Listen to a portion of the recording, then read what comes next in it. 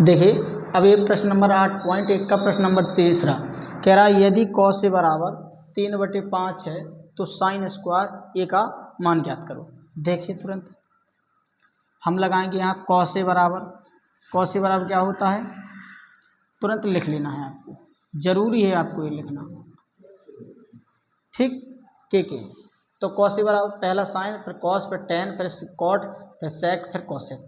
अब कॉस पूछा है तो कर्ण बटे क्या हो जाएगा, 3/5 दिया गया है, इसको लिख लो आधार बटे कर्ण कर लीजिए। ए से क्या होता है आधार बटे कर्ण कर लो, ठीक। आधार बटे कर्ण हो गया।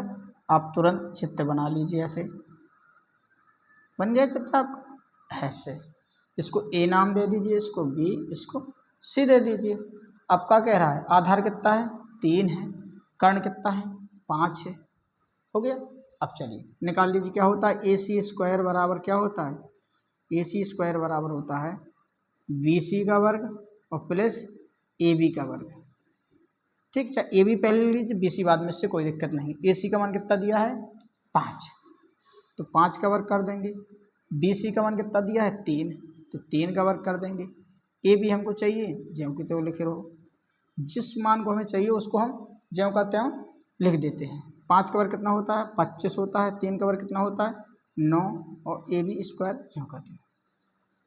चलिए 5 25 हो गया, 9 इस साइड आएंगे माइनस में हो जाएंगे, यहाँ ए बी का स्क्वायर हो जाएगा। अब 25 में से 9 जाएंगे कितने बचेंगे 16, ए बी स्क्वायर, ठीक।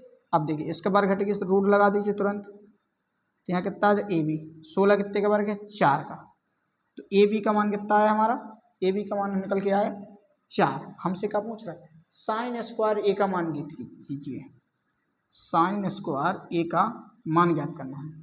अब साइन बराबर क्या होता है लंब बटे कर्ण, सबसे पहले लिख लीजिए लंब बटे कर्ण।